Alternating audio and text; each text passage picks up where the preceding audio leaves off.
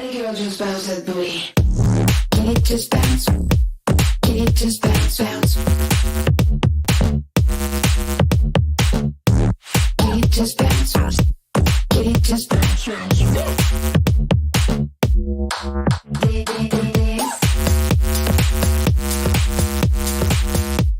Can it just bounce? Can it just bounce, bounce?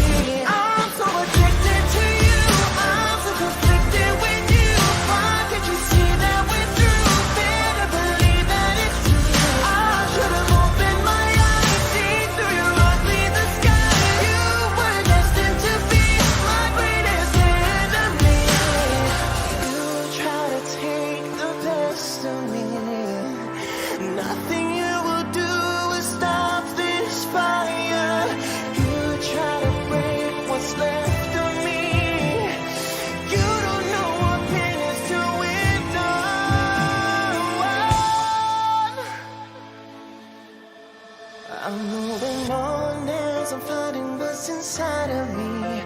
I don't know if it's dream or reality, 'cause your lies and your pain makes me wanna scream. But I'm finding a way that will set me free. I'm so addicted to you.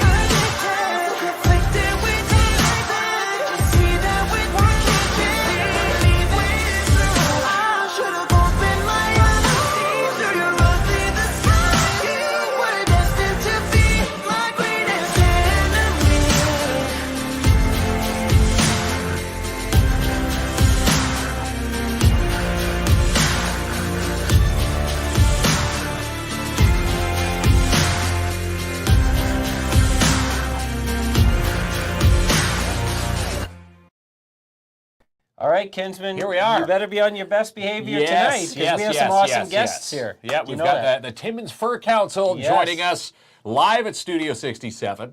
We've got Aaron over here, and we've got Kaylee over here. Yeah. And, we're just going to say they're the ones that go out and trap stuff. First of all, I love Kaylee. This is awesome. I love Thank you. I got to get a hat like that. Looks awesome, right? Do you make those? No, Northern Ontario Handmade Market. Ah, It was they made awesome? locally, though. They are pretty awesome. So why are we starting in the green room? Be the question. Well, we got here's the thing. They yeah. got lots to show here. Lots to show. Now, we were just talking before the show. If you've got little ones, your little ones might have seen these two at their school. They do a lot of school presentations. That's right, yeah. With the Timmins Fur Council, don't you? 100%, yeah. We've done over 250 children this year between St. Joseph, O'Gorman Intermediate, and Rolla Michener, and we're working on some presentations at Pope Francis and a couple of their schools in the future. So. Wow, pretty So exciting. I think before we get into the fun and adventure here, because you can't see it on camera, but there's a lot of Yeah, very we've got a awesome lot of... things. They do, Kinsman. You got nothing pelts in to there. display. What did you bring? Well, you did help carry in a box. I But carried in a couple boxes. Maybe yeah. we should start. Maybe we'll start with, maybe with Aaron. Maybe provide an introduction to what the Timmins Fur Council is all about. Sure, yeah. So the Timmins Fur Council is an organization here. We're a not-for-profit, volunteer-run organization. We have about 150 members across the Timmins area. And our kind of MO is to take care of and look after the traditions and the rights of trappers, as well as promote outdoor activities for all of our members, as well as the other people in the community as well, yeah. Yeah, an amazing group. And we have been learning a lot about the Fur Council Yes. ourselves because we're going to be a part of, we're very fortunate to be invited there's to... a wildlife dinner. yeah, that's right. On April 1st. That's right. April Fool's Day. Is it coincidental it's on April Fool's Day, or trying to fool people Yeah, into, that's right. is this chicken We're- or lynx? Hey, are you scaring Aaron? Like, give Right? him No, some come on camera over here. in there, No, I don't know. Hey. I just put on new deodorant. Yeah, Is it are you not like smelling too good? pretending you're Am I- lynx or am I something? smelling right? Aaron's not scared Right? of no lynx. No. So Trappers listen, are not afraid of smells. They so are I can not say that afraid. for sure. So they do many awesome Wow. things, and we're going to chat a little bit about that tonight. Yeah. And you were telling me how long the council's been around. This isn't something new. No, actually, the Timmins Fur Council's been around for about 55 years in Oh, wow. Timmins. It started in 1968. My grandpa was actually one of the founding members in it, and Bill Russell, and then Albert Fournier is one of our other kind of integral members. Both of them are still active and members of the Timmins Fur Council today. It originally started as a committee or a council that was helping trappers with beaver quotas and kind of the legal aspects with the M&R. Okay. And has slowly, or not so slowly, depending, 55 years, shifted. They took on a lot of environmental projects, so portage trail development, sturgeon spawning bed work, and a lot of other environmental projects in our community, and we've kept it going. I'm lucky enough, I'm a fourth generation fur trapper in Timmins, so It was literally Very exciting. in your blood. I'm surprised he Yes. didn't come up with that. I'm Right? saving my cliches for some of these pelts. right. Yeah. yeah. That's right. But yeah, that is super Yeah. cool. Like super cool. And just discussions with your group, you guys have been educating us a lot because we see a lot of the pelts here, and that's why I thought, hey, we get to go to these awesome events and we get to see these pelts, but it's way more that you folks have to offer. It's Lots of services. Lots of different services, yeah. So our main focus is on our trappers, but we always say we're kind of the stewards of the land and the boots on the ground conservationists. So there's a lot of great projects that we've done over the years. Like Kaylee was mentioning, we were integral in helping reintroduce sturgeon to the Matagami River. We've done brook trout rehabilitation after forest fires have gone through. We've introduced walleye spawning beds. We're working on a project right now that might see us put in 100 wood duck nesting boxes in and around the Timmins area. How exciting would that be? Yeah, it would be awesome. More schools to get involved with making these duck boxes. Yeah, and we've got a lot of great partners that have shown a lot of interest in it. So we're really hoping that that's going to go through. Time will tell. Our public education, like we were talking about, we try to get into the schools and talk to them about fur trapping and conservation and things like that. We brought a pretty big show and tell for you guys here today. Yeah. Are we display. getting into it now? 'Cause I think I'm we super shall. excited here, kids. Yeah. So, like we were just saying, when they take these pelts to the schools, kids' eyes glued the entire time. Yeah, 100%. And probably asking a lot of questions. Yeah, and a lot of good questions. Actually, they have a way of kind of keeping you on your toes sometimes, kids, which is good. They all do. They're like, I got four of catch them. that I in know. my backyard? Well, okay, we can't get that specific. But Yeah. Yeah. All right. Well, we'll get Ronnie to clear the comment. Hello, Sean. Hi, Sean. And, Yeah, everybody tuning it's in tonight. show and tell. I haven't had show and tell since What, grade school? You show and Probably tell me grade something 10. every day. Well, that's it. You Well, show my me, little guys are still yeah, in show and you tell. show me you sleeping at work, and I tell you to wake up. Show and tell happens every That's not a Thursday.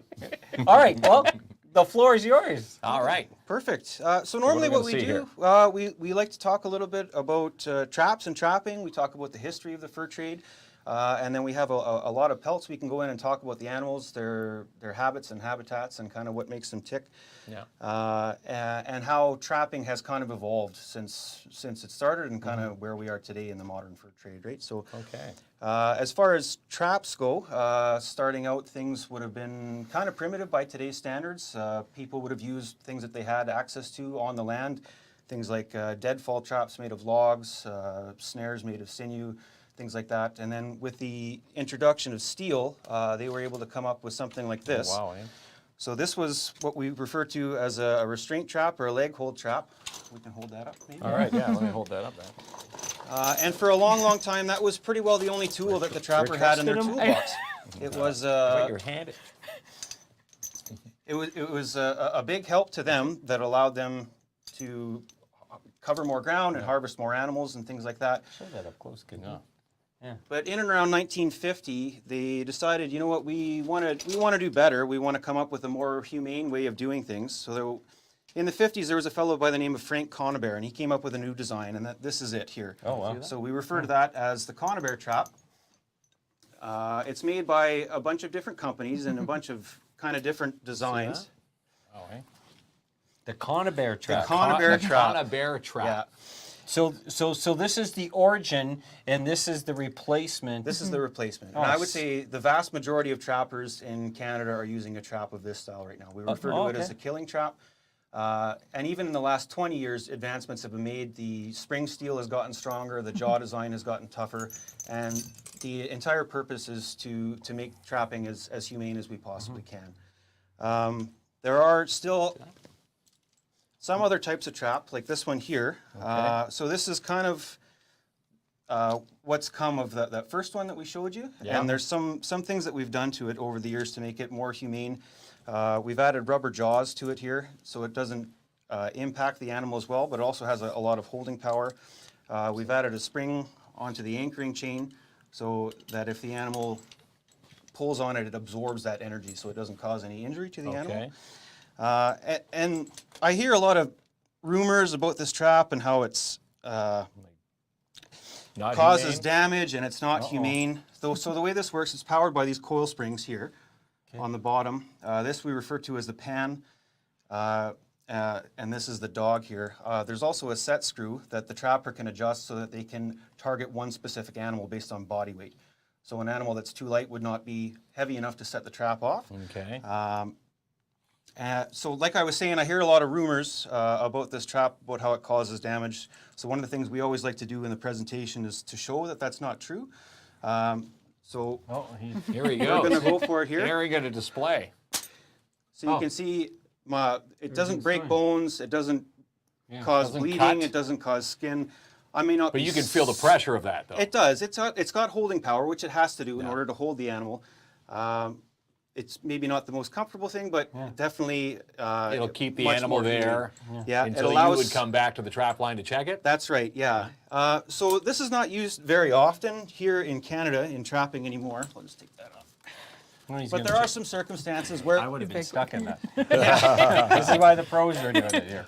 there are some circumstances why this would still be used. So I have a couple of friends in areas of the United States where they have a very high a very high coyote population, but their bobcat population is not doing well. So they're trying to protect the bobcat, but also the coyotes, because of their high population, are out competing the bobcat for food. So they're trying to lower the coyote population. So by using a trap like this, each trapper can go along and check their traps, and if they have a coyote in the trap, they can dispatch it. If they do happen to catch an incidental bobcat, each trapper in that state is required to have like a dog catcher's catch pole that they can release the bobcat unharmed. Okay. And with those as well, just like your firearms license, for many people in town and up north who have firearms licensing, there's very, very strict requirements. So if trappers are using a leg hold trap, they have to be checked every 24 hours. And if you don't meet those standards, it is grounds for enforcement and potentially losing your license. So there's checks and balances that we fines have in to there too? big Yeah. time. The same thing. Canada is one of the leading countries in the world in terms of humane trapping. So every single year, all traps are evaluated for what animals they are approved for, and there's changes that normally happen every single year for what you can use legally for certain animals. So if you're not following those new guidelines every year, trappers make sure they make sure that they're using the proper traps for the proper ones. And if you're not, same thing, you can be facing serious fines. You can be facing and even losing your trapping license if you're not following. So we're held to a very high Even standard. jail time too? I'm not sure jail time, but definitely fines, definitely losing your license. But you have to hold people to a high standard with this. It's the reason why all of these advancements were made, especially in Canada, is because we are the leading edge of humane trapping.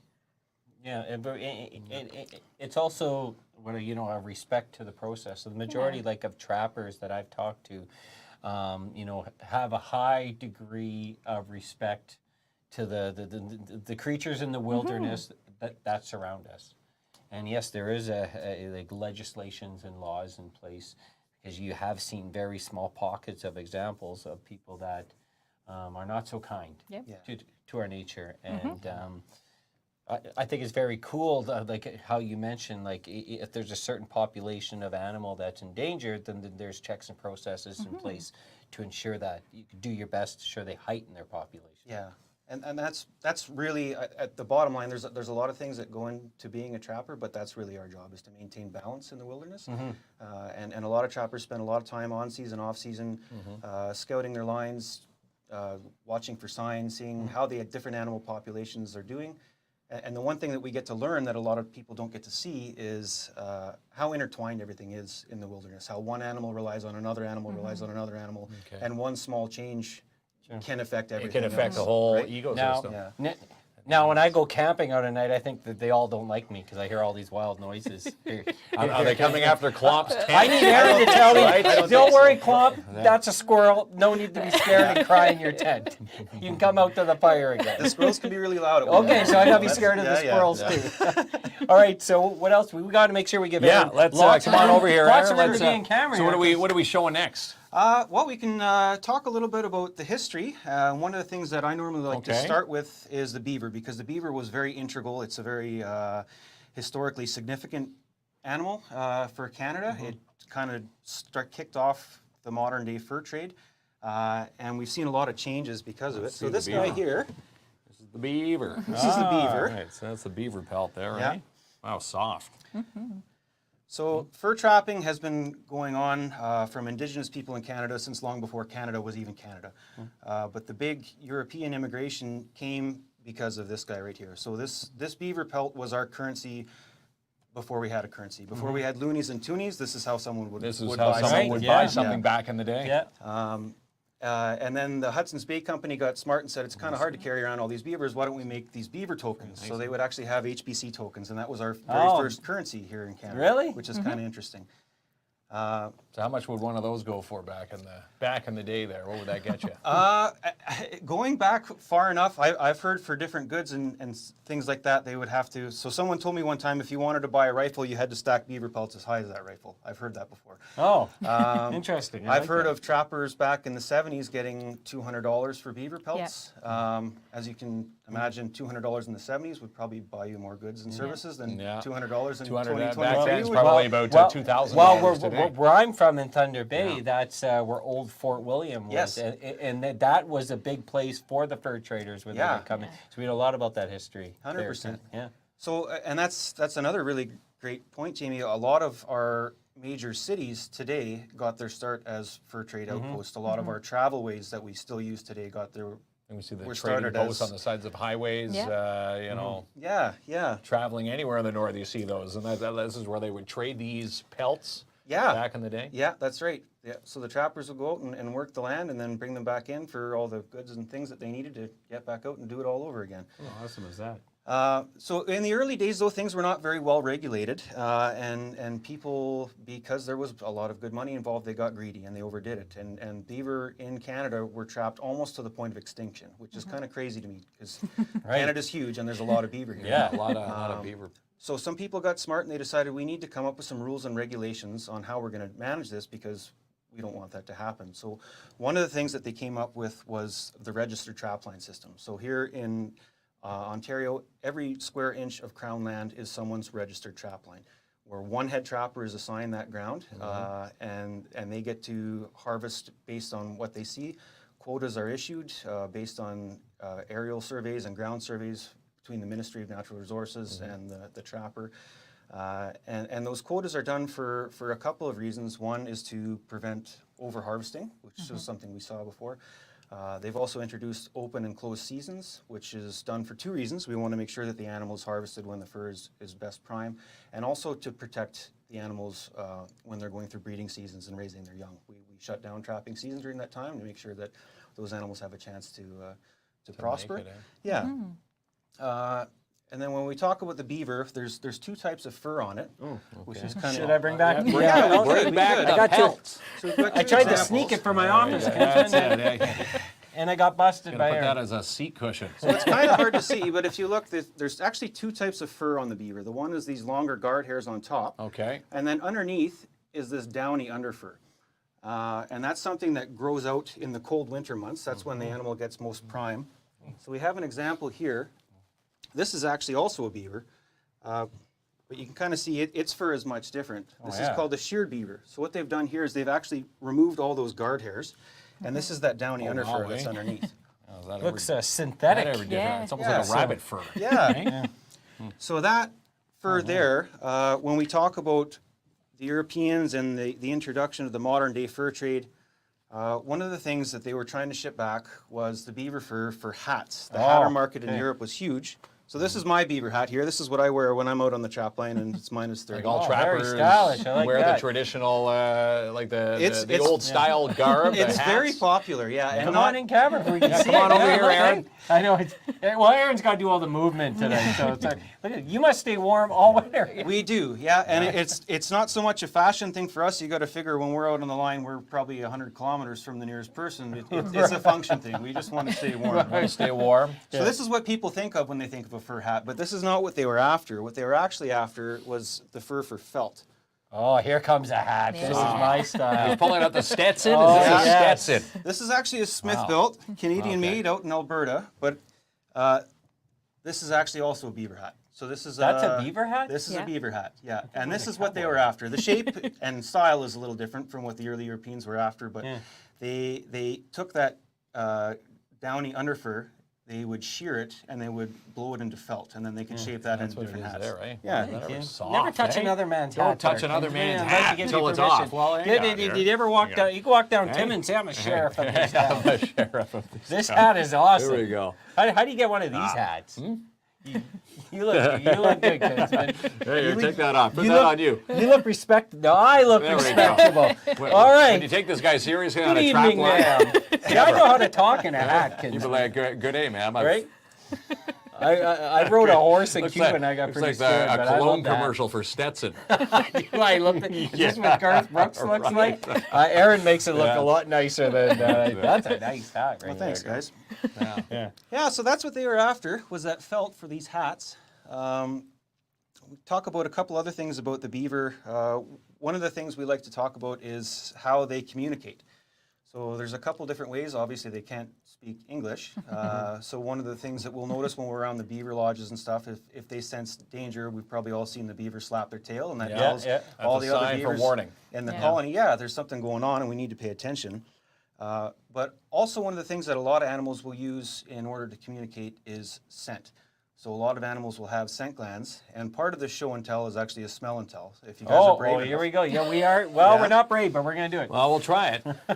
So I brought something special in. Each beaver has two glands, an oil gland and a castor gland. I'm afraid for this one already. Don't even know what it is. We haven't taken the lid off yet. It's unique. Very It's intimidating not good, opening. it's not bad. I think it's good, but I obviously associate You're this smell with a lot of used good to memories. Yeah. Okay.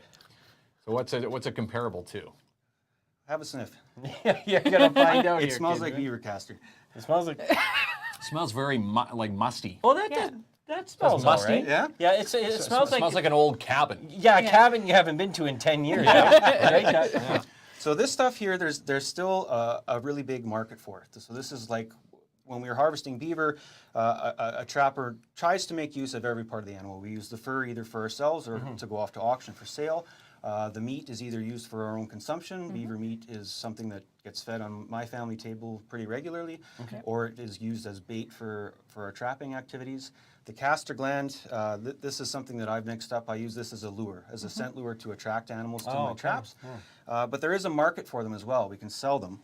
And a lot of the historical uses for that, the perfume industry and cologne industry. So if you guys have ever bought a really high-end bottle of cologne or perfume and it smells good for a really long time, or you buy a cheap one and it smells really good for some about of that 5 in there? minutes. Yep. That's what they're using. That's what gives that high-end cologne and perfume that's holding power. Beaver castor is what you can see. Beaver everywhere castor.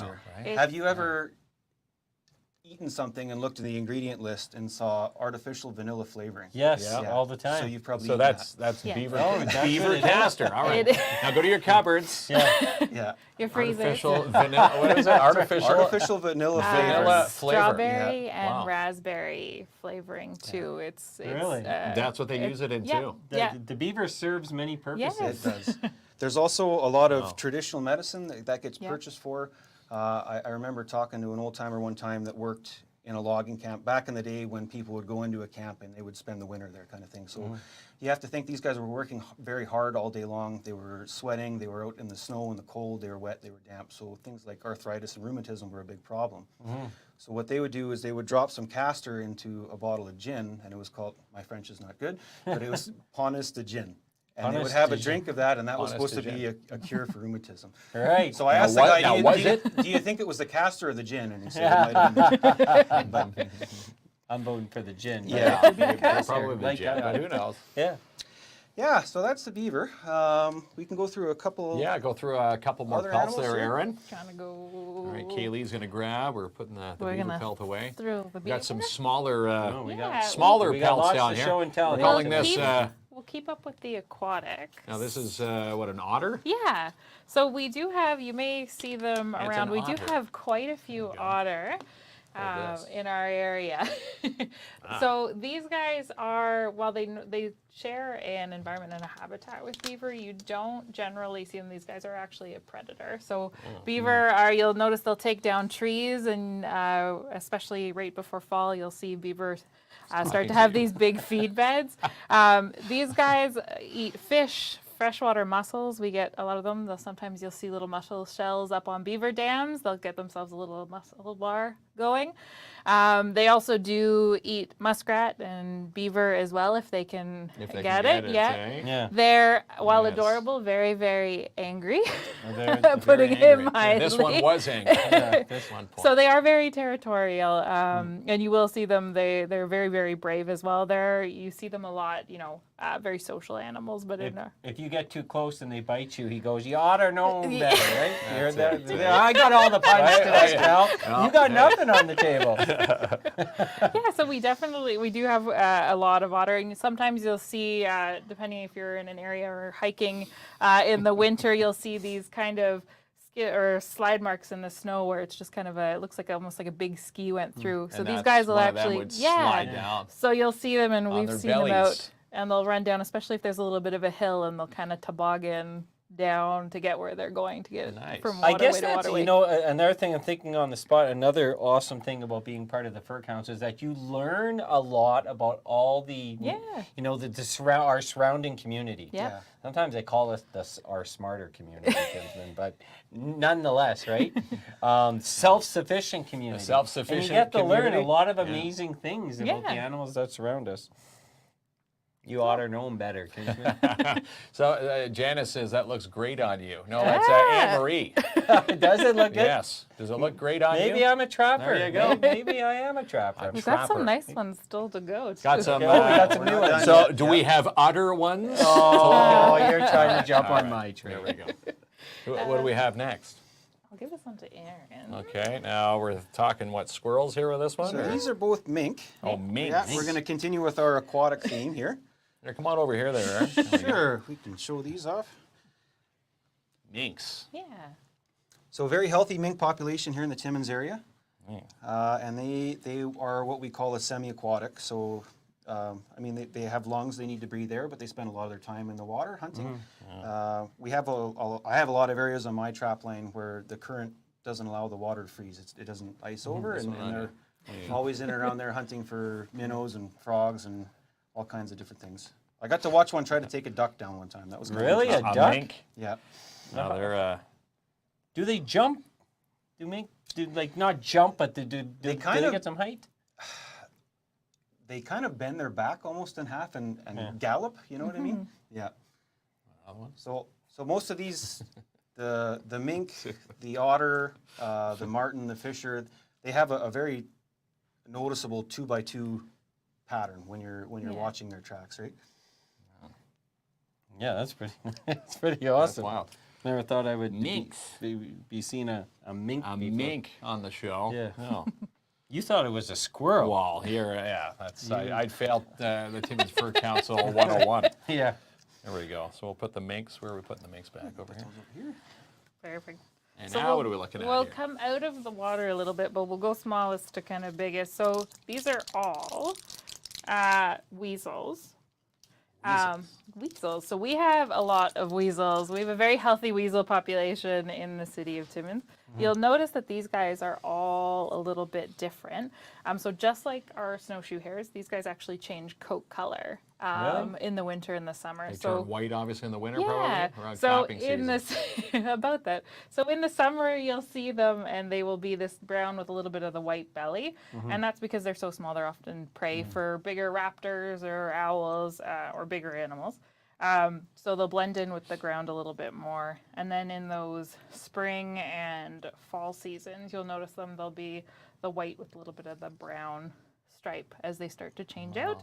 And then right now, we'll be seeing them, and they're going to be in that complete white In the white. with the little black tail. So- at the- So like, when someone used to tattletale like in class back in the day, and you called them a you're weasel. such a weasel. Why is that animal associated So- with like a tattletale? So these guys are actually, I would probably say, are one of the meanest animals. Oh. Pound for On pound, the- the meanest animal in the Really? bush. Yes. Really? 100%. Okay. Yeah. Now, if- when you come across one in a You can trap, show what's that. a, You want me to show it Yeah. up? So the only time most trapper, well, I'm going to speak for myself. Well, I don't specifically target weasel with traps. Well, a lot of Yeah. times what I'll do is I'll get them in my marten boxes. yeah. Yeah. So I mean, they're dispatched by the trap when I get there. But I've had the opportunity to come across them a lot when I'm out snowshoeing and things like that in the wild, and they want to fight.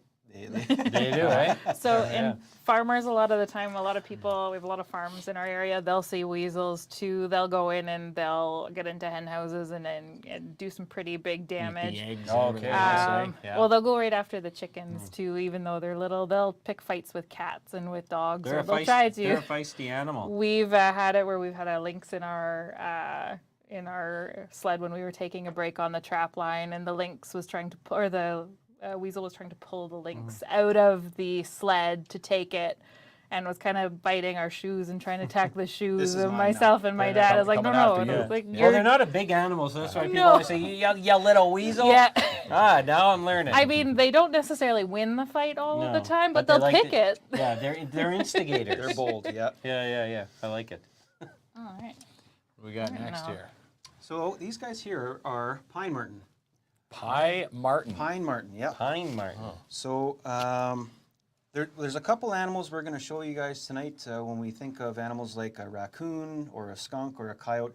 These are very adaptable animals. They can adapt to changing conditions, changing habitats. They'll live under your porch. They don't care.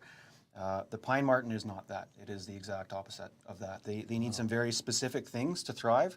One of the things that they need is a good population of small mammals. The redback vole is the key food source for that. So if you see a small mammal crash, you're also going to witness a pine marten crash.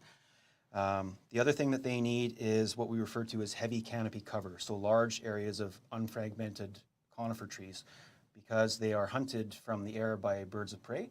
So they need to be able to hide underneath those pine boughs basically, so that they don't become Good scene. preyed upon. Spotted. Kinsman's dying to grab one. Yeah, Hey, grab one of Let me touch these. it. Yeah. So a pie martin. Pine Pine. martin. Pine, like yeah. a pine tree. I've martin. never even heard of a Pine pine martin. martin in my whole Yeah. life. It's a pine martin. You don't So the see other them thing That's that they interesting. need It's up here. um, It's a pine martin. is an adequate nesting cavity. So when the mother martin is raising its young, it needs a place where they can stay safe and secure. So when I talk to trappers that have been trapping in the area for, I mean, we're going back 40, 50 years now, they'll tell me, you know, Aaron, when I first started, I used to see an awful lot more pine martin. We had a much higher population, but I never ever saw a fisher. They were not here. And now today what we're noticing is there's a lot less pine martin here, but a lot more fisher. So I said to them, well, why do you think that is? And they said it's because of the way we use our forests. We've done a lot of forestry here, and the younger forest, one of the other things that the pine martin needs is an adequate nesting cavity. And a lot of times what they'll do is they'll take an old woodpecker hollow, and that'll use that as their nesting cavity. So with our smaller diameter trees now, it doesn't provide an adequate nesting cavity. space so for the it. younger forest favors the fisher over the martin, and that's why we're seeing that change here today. Okay. Yeah. Want to see a pine martin? There you go. Well, you get to waving touch you. everything first, Kinsman. So if you look at the throat on that one, What's this Jamie, one you'll here? see a little orange patch, and that's a very telltale sign. All pine martin have a little patch of fur on their Right throat there? that's kind of bright Yeah. orange. Oh, Yeah. look at that. I know what I'm doing, Kinsman. And every once in a while, through genetics, you'll get something like this, where instead of just being a throat patch, the entire martin is orange like this. And we refer to that as a canary martin. A canary martin. Yeah. They're pretty rare. So like I said, they're preyed upon by birds of prey. They're preyed upon the ground. Camouflage is a huge advantage for them. So obviously, this poor guy that's running around with his hunter's orange coat is Yeah. not doing a really great job of hiding from the things that want to eat from it. its prey. So we don't see a whole lot of them, but every once in a while, we'll come across them here in the Timmins area as well. You know where it goes, Kinsman. Over here. There you go. You know like my- you're from like I that. feel like a I'd be, Flintstone I could be in a episode. Sears catalog from 1895. Get ready for your That's it. voyage You on need the your Stetson- Titanic. you need your beaver Stetson back on. That's right. And you got to dab some castor. I love on it. your- There you go. All right, What is this? So the marten are an animal that is quoted. Some of the Yeah.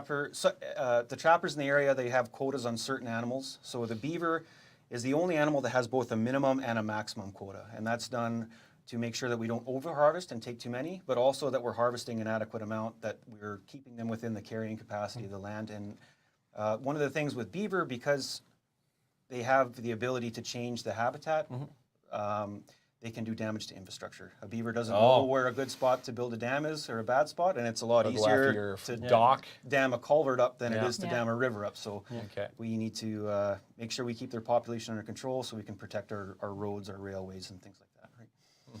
Very cool. Very interesting. The marten does not have a minimum quota. The minimum harvest Look at is Aaron. up to... Aaron is give him some come room on in in here. here. Kinsman keeps taking his room, right? Hey, poor Aaron. The martin. They do have a maximum quota to ensure that we're Yeah. not over harvesting the marten, because that's another thing. Like I said, they're not very adaptable and they're very prone to over harvest. So this is the big brother to the marten, and this is called a fisher. A fisher. A fisher. By the name, you'd think it eats a lot of fish, but it doesn't. Right. They are the only natural predator to the porcupine here in the area. So There's a predator to the porcupine. yeah, if you Wow. can believe it, that Like- awesome defense system the porcupine has, they don't can seem go to right bother through them. it. No. So a lot of times when we harvest these fish, we'll actually see the porcupine quills. The quill's Yeah. stuck in in it. its Yeah. fur. And you have to be careful too when trappers are skinning them, because they'll generally They'll still have the quills in yeah, them somehow. so their hide or their skin is very, very tough, which is probably why they're a little bit better off when using porcupine as a food source. But you will normally find at least a few porcupine quills in there. These guys are same family as This the guy's been quilled weasels up, though. and the marten. No, These are kind of like the bigger end of it. what a Christmas dinner they're having Right? with the weasels and the marten. and the- Weasels, martin. And they all have the same, being in the family, they all have very similar temperaments. So these guys are all kind of what we would say. Like are before quite you came mean. here, if you would have shown me this, I would have went, it's a beaver. This is what I would have thought. You They would have all said look like beaver, right? Yeah, this is super we're cool. not trappers. No, we're not. No. So, and these guys can range in size. So this is a little bit of a, I think this is a smaller female, but they can go up and to be the size about of a smaller medium-sized dog. So we call those dog fishers. So they can get quite large compared to the smaller martens and the weasels and that. Joanne's comment. She just sat down for dinner, and we're showing pelts. Joanne, what are you eating here? We'll match the pelt to it. That's a good one. Yeah, Amy's All got right, it there. so I'm gonna slide. All right. So A lot of these animals are vicious. Like Amy said, Yeah. they're not ones you're gonna take home for a domestic pet. No, and that's one of the, you do see, especially on shows and that with people domesticating wildlife, where sometimes people want to, if they find injured wildlife, Yeah. That's want a to bring no-no. it home and domesticate it. But these are all wild animals. Their base need is to They're survive. meant to be in the wild. Yeah. Their natural habitat. Yep. Yeah. Natural habitat. And that's why a lot of the education we do is about why trapping is so important for that population control and health piece. That's why we have a minimum number of beaver that we have to harvest. We want to make sure that those populations, that those areas are healthy. And if there's too many in one area, you'll notice we say that the predator cycle is about 10 years, so they'll reach a peak. We experienced it in Timmins when we saw a lot of lynx in town, and we still are kind of seeing that. You see lynx in and around. The odd one in around the Yeah. hospital still. Yeah. Right? And this is the time of year for that, and it's generally the ones you see. And we'll kind of get to what the lynx look like, but you'll see them start to come in around now because the food sources are getting a little bit low. We're kind of in that tail end of winter that just won't let go. Where a lot of the younger ones have been, we say the not smart rabbits are pretty much all eaten at this point, so they're coming in trying to find easier food sources. So people love putting up bird feeders. They love watching the little birds, and lynx are just They'll come and big eat you, cats. too. Okay. But generally, like we say, they're big old scaredy cats. They're not coming in looking for people. They're coming in looking for birds. They're looking for easy food source. So Oh, we're moving are we into the moving bigger on ones. here? we now. got some bigger ones. All right, this is I'm This gonna is say a foxes. coyote. Foxes, coyotes. Foxes. I'm Want a me little to bit grab one of short them? for that. Yeah. Let me grab one there, Kaylee. Which one do I have here? You have So- Johnny. This is the littlest hobo. One you have there, like you know The, something. the about last fox season of the business. littlest hobo. Yeah. Hey. So we see a lot of fox in Timmins, and what Fox. you're seeing are the different coat colors. So They're very soft. Yeah, they're Are very, fox very soft. friendly? I know people that say like they leave food for them. Like, is this a no-no again? I would absolutely. I'd say anytime you're feeding wildlife is definitely a no-no. Yeah. You don't want them to start relying on people for food. Their fox are very smart. So I've worked in industries in mining, and you could tell what people were feeding the fox because at shift change, the couple of them would come down because they knew our Well, the Tim schedule. Hortons up on Airport Road Yeah. there was a fox there. People feeding it Timbits. Yeah, and normally they'll figure out around the time of day where the people are coming in to feed it. They're very, very highly intelligent animals. It's how they survive in the wild. So very, very smart, but they will become this one? reliant on Yep. people for Yeah, food. buddy, here, put that on you. Everything. So in Timmins, we do have red fox. They're very, very common. We see a lot of them. We also see a cross fox, which is the fox that you have, and then Aaron's holding up a little bit of our silver fox. So That's a silver tail on silver yeah, fox. yep, Nice, eh? that one's a silver fox. So these are all different coat variations. You don't necessarily see a lot of the silver fox in town. We do see a few cross fox. Cross fox. Cross Yeah, fox. so it's kind of a cross between a Holy fox. silver. A A lot of silver fox A lot of fox and a talk. red fox. So you'll see them, they'll have that tan or sometimes right. a little bit more red. See that one there? Yeah. This is the red fox. We Yep. saw a silver fox. Well, the question is, what did this fox say? No. What did the fox say? Anybody just Put that on my shoulder. You know how. there it you is. go. So an Looking Aaron's- very foxy tonight. Thank you. Look Like at you. everything. What's this thing again? So this one here is a little different. We like to talk about this. This is actually a ranch fox. So a rancher raised this the same Huge. way a rancher would Yeah. raise a cow or a pig. Holy smokes. But it was done for fur. And one thing that they can do is they can kind of, the same way a dog breeder would play with the genetics if you wanted a certain trait for your dog to be a certain temperament or bigger or a different color. They've been able to do that over the years. And if you look at the hold it red up fox there? and compared Oh to my this God. one, you Aaron's can taking see it the up size there. difference Wow, feel and the that, difference in the fur.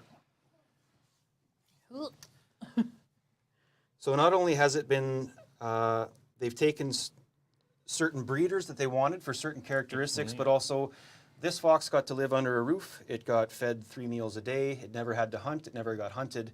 So you can definitely see the difference between the wild fox Like a and wild the ranch fox and a ranch fox. Wow. And actually, so you would think that that being the size that it is would be more desirable, and in all reality, actually, people who make garments, fox coats, and that They go prefer after this yes, and so style of fox. the reason, kind of like what Aaron was talking about with the beaver having that big, kind of thick, warm. Under the guard hair, that Like a kind of woolly downy layer. feel. Yeah. So these guys, because they have to live in harsher climates, will develop that thicker, warmer fur.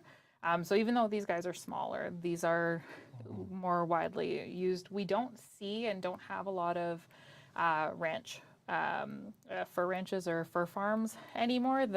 Really the need for them has kind of petered off, and because most of the people, if they are interested in purchasing fur, are purchasing fur fur that's been trapped wild. Joanne, What's Joanne saying there? She says, one night I came home about midnight when I was walking towards my front door. I felt like something was behind me. Turned around and a fox was following me. I tried to get it into my house. I had to. I tried to get into my house. that's I a thought she different was bringing the statement. fox in there. Yeah. I had to hurry and shut the door. I'm sure someone must have been feeding it. yeah, he's getting They comfortable. get domesticated if they do that. And that is the downside. Like, a lot of people think that they're doing this animal a favor by feeding it, but what happens is they lose their fear of people. And then a lot of times what happens is that ends up kind of making their demise because they lose fear of traffic and things like that. Right. We want to keep wild animals wild, I think, is the takeaway from that. And some foxes, when you see them, they've got, is it mange? What happens with their Yes. fur there? Yeah, What, so that's- is it, you're out trying to trap those ones? So a mange is a pretty awful way to go. What it is it's a very small mite. So there's actually 2 types of mange. One is not so bad. The other one, Sarcoptes mange, is bad. So what it does is these mites burrow into the skin, and between the mite burrowing and the animal trying to scratch at that itch that doesn't Almost like go a away, tick. Yeah. Oh, geez. they start to lose their fur. They'll start to scab over and lose mobility. And then over the winter, as this goes on, as it progresses, that animal is slowly going to die of exposure and starvation because it loses its ability to hunt and it doesn't have its fur to keep it warm. It's a pretty cruel way to go. Yeah. And normally you'll see that in times of higher populations. Mother Nature is quite good at managing wildlife, but she doesn't have the tools that the trapper does. So the only tools that Mother Nature has to maintain that balance in nature is starvation, predation, and disease. And mange is one of those diseases that is used to maintain balance in the wild. Weeds them out. Yeah, and one of the types of mange is transferable, so people with their dogs and to people as well. Yes, so you are to pets. yes. So Wow. if you're in an area or you see in your dog walking your dog and you see an animal, it's really especially a people mangy. make the odd post, seeing the odd stay fox far with away. me. Stay far away. with Stay very, pets. very far No, away, that's a especially good if you've tip. got dogs. And a lot of times too, you'll see people who will go and trap and bring those animals to wildlife sanctuaries who have vets who are They can cure mange. yeah, well, they can definitely treat it, and something that a lot of people don't realize too is that vets have to be certified in the care of wildlife to actually provide any kind of treatment, other than if it's an animal that's very suffering, they can normally euthanize it. We don't actually have any vets in Timmins who are certified for wildlife, so a lot of people are frustrated and like the vets just won't take care of it. Right. They're not licensed They're not certified, or to. they're licensed So, or have the tools or the No, so knowledge to and do legally that, they're do not that. permitted to. So it's really important if they see that, reaching out to the MNR, reporting it if you see it.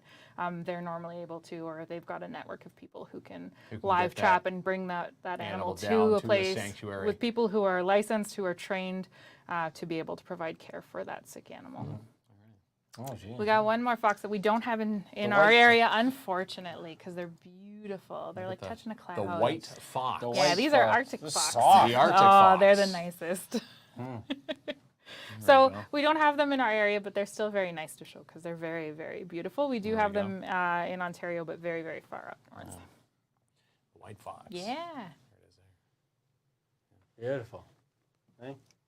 You Nice like that fox. one, I like Kinsman? that. Yeah, that one's nice. Hey, you're gonna put that around your Oh, neck this there? is a coyote. No. What's No. this? I'm gonna say this A lynx. is a lynx. Yeah. Bobcats. Lynx. So it So is we a don't lynx. actually have bobcat up here. We're a little bit too cold. They don't have the big, thick coat for it. But we do have a very, very healthy lynx population in our area. Like we were talking about a little bit before, This is the time of year where we'll start to see them if they are coming into town. It's generally the younger ones who just aren't quite sure. They're not able to hunt necessarily that well, so they're looking for easy food sources. This is the time of year if you let your cats roam, keep your cats inside. They will feed Yes, on absolutely. small pets, Yep. cats. Yeah, and you know, they're wild animals too, so they don't see our cats and our dog, even small dogs They don't see too. them as our pets. No, They they're see it they're as a food source, right? Okay. So really, really important that if we've got, you know, bird feeders out and we're seeing lynx in the area, pull them away. If you leave your animals outside, just keep an eye on them. If your cats roam, keep your cats in your house. Haven't seen your cat in a while. Uh-oh. Could be one of the lynx. So, and one of the kind of mythbusters in these is a lot of people think these are actually quite large and you know, these big kind of wolf-size animals. These the maximum male, so about the heaviest you'll see is only about 40 pounds. And that's like the Okay. biggest. So they come Yeah. across, so they look very, very, very Yeah. big. This one's a little bit on the smaller size, On a but tinier it's side. they have very, very light bones. And they're all essentially all fur to stay warm. But in order to be able to walk over the snow and in our They're very light. yeah, they have to be. So they've got the kind of built-in onboard snowshoes that they're able to walk over and travel through snow. Wow. Look at them. Yeah, they're also very lynx. soft. Beautiful animals. Yes. Looks huge though. It They does. do, and a Look lot at of the- people look at think the- they're like look at the 100. paws on that Yeah. sucker. A lot of people think that, you know, their heaviest is about over 100 pounds, but no, they kind of max out at around 40 pounds. All right. 40 So like pounds, Kaylee was saying, their main food source is, like we call them the rabbit or the snowshoe hare, but the correct term is the varying hare, and they need to eat one of those hares about every day and a half just to maintain Just to survival. survive. Wow. So there's a really close relationship between the lynx and the hare. As the hare cycles, the hare populations come up. There's a lot of food for the lynx population comes up. When there's a lot of lynx, they eat all the hare population declines. There's not enough food for the lynx population declines, and it starts all over again. Oh, they're intertwined. Yeah. I can Yeah. see how It's that a works. cycle, yeah. eh? So every 7 to 10 years, we'll see that. And we've been fortunate as trappers, we've been able to see that cycle a number of times here in Timmins. There's a lot of other cycles that are a little harder to understand. Here in the boreal forest, our forest is designed on a burn cycle of every 200 years. So I don't think I'm going to live to see 200 years, so I'm not going to watch that cycle in its completion, but that is one of the cycles that we've been able to witness, which is kind of fun. Nice, Very soft, yeah. nice and soft there. And like we were talking about, the reason why trappers target specific species is if we notice that the rabbit population is down in a certain area, but we notice there's a lot of lynx, we know then that those animals are going to suffer. They're going to have a hard time finding a food source. So targeting those areas and humanely trapping a certain, it not only does it allow the rabbit population or the prey populations to have a little bit of a chance to rebuild, but it also stops that kind of slow, really, really not nice death throughout the winter as something slowly tries to find food and can't. So lynx are another animal that are quoted as a Yep. maximum because they have a very high value. They want to prevent over-harvesting.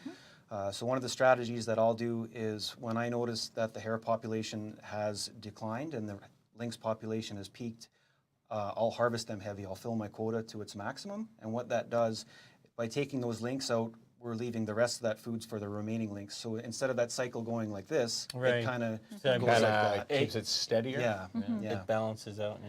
And these guys, you will see them in town a lot more. They'll see them around people's properties. A lot of people, and I've seen it on Facebook, a lot of time on you the see on social media. Kamoskosha? Yeah, Yeah. and you'll see about people, like, oh my gosh, it was hunkering down to pounce on me. A lot of the times if they feel threatened, kind of like a house cat does, they'll try to make themselves as tiny as possible and hope that you will walk away Oh, or right. They're leave. more afraid of us. Yes, they are absolute scaredy Wow. cats for the most part.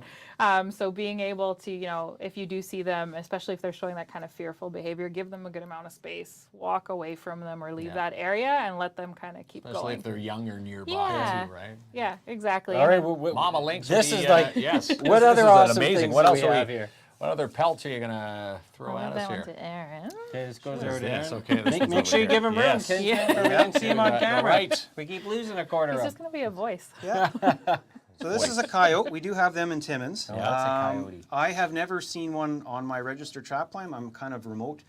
I feel and this is just my theory, but I feel like the timber wolves see these as a competition, and they don't tolerate them. But where we do see them a lot is in and around town, in agricultural areas. They're a very adaptable animal. They don't mind human presence. So we do definitely have the coyotes in and around Timmins, and that's kind of the coyote. the little brother to the timber wolf, which is another animal we have quite a few of here in Yeah, Timmins. soft. Eh? They're all soft. Coyote.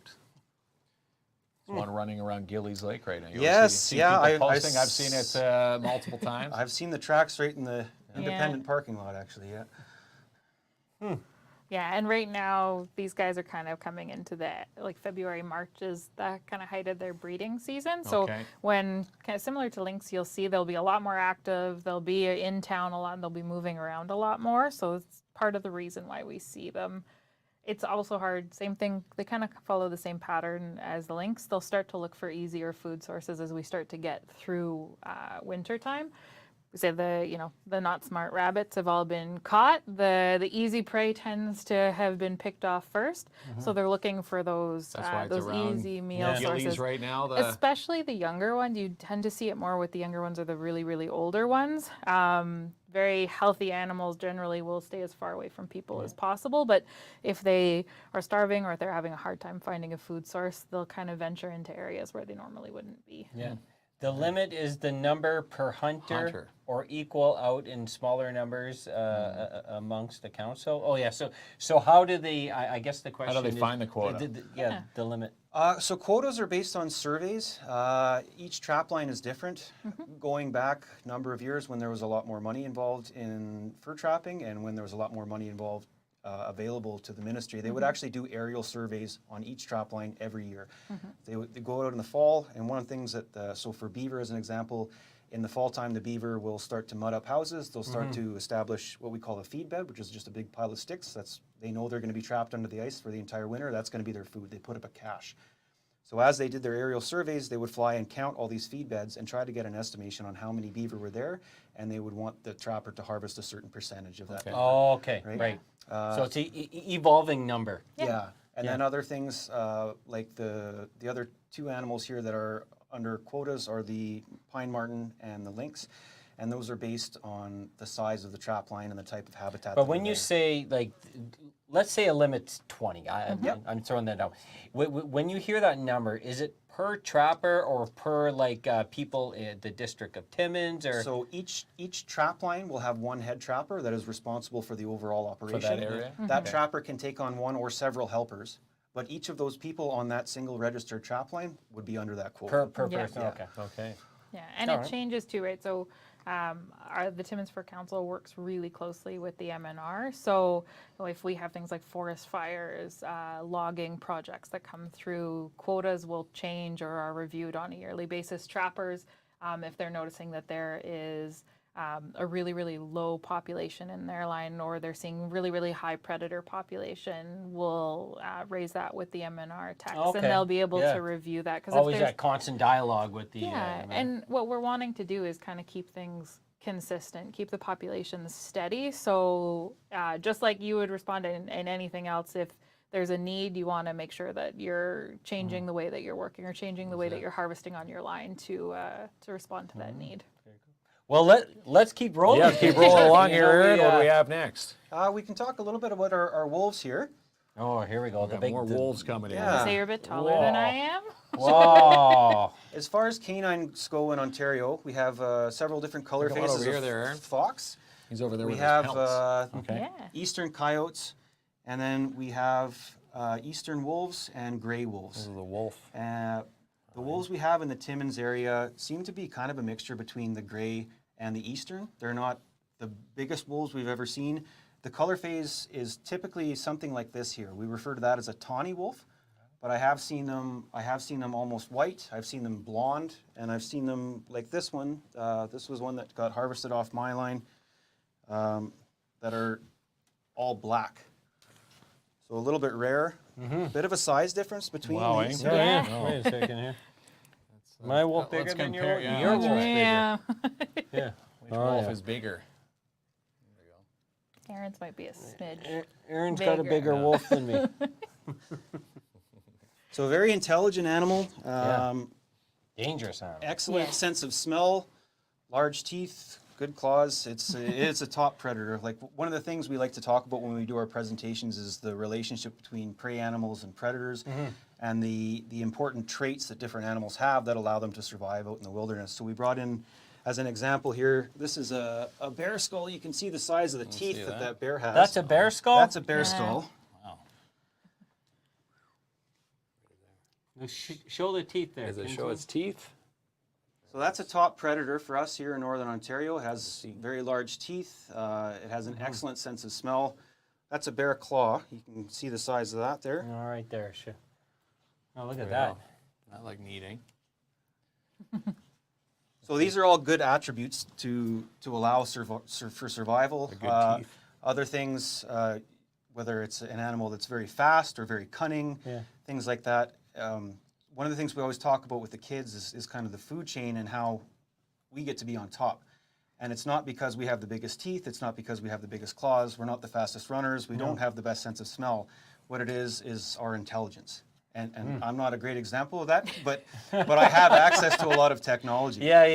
Fair enough. Yeah. So when I'm out in the woods, I like to think that I'm the top predator out there. But if you take away my pickup truck, my snowmobile, my rifle, my steel traps, I'm obviously not, right? You take Right. away that technology for me, and I'm not. We at the get top eaten of by the the heap. weasel. Yeah. I think, as humans, eh? It'll try.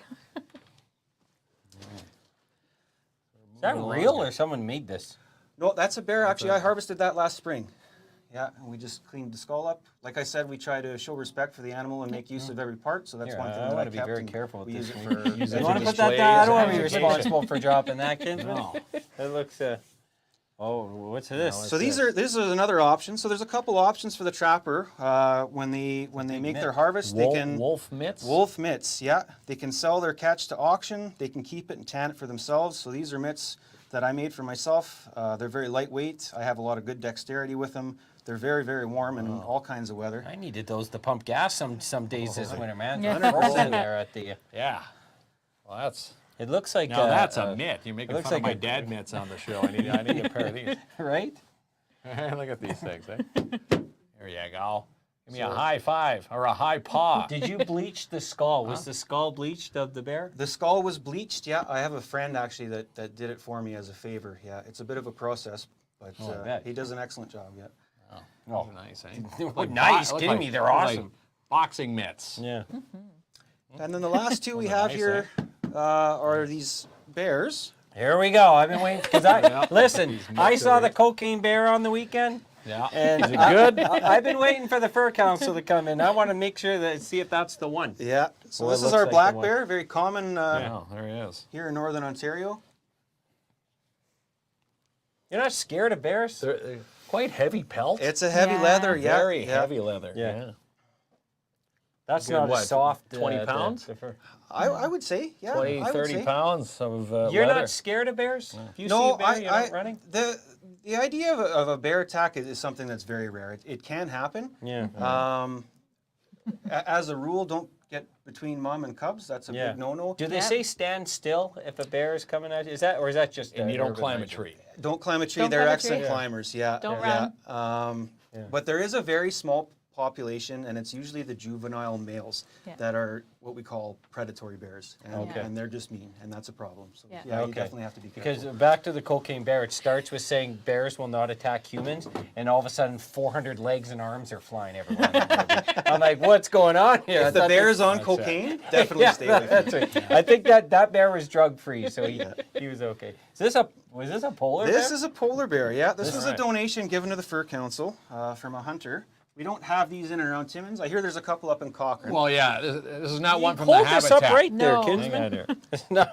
He's Is got this- no head. This is not a nook Oh, shook. he has no head. He has no but head. if you do go far enough north in Ontario, you will see them. Yes. Yeah, the coastal communities up Polar north bears are do see beautiful them. animals, though. They are. They are one of the only animals that actively views humans as a food source. So black bears are kind of scavengers. They don't necessarily go and Wait, hunt polar humans. bears view us as Yeah, food? they are kind of an apex predator, there's Oh. not too much that they don't view Right. as Wow. a food source. So when you're up there, they've Yeah. got that glass at the won't- polar bear habitat. Yeah. Swim next to Yeah. the polar bear. And is it eyeing wait. the watermelon or very eyeing cute. us? He's not going to hand you a Coca-Cola at Christmas. No. You're sliding down the hill. This is a myth.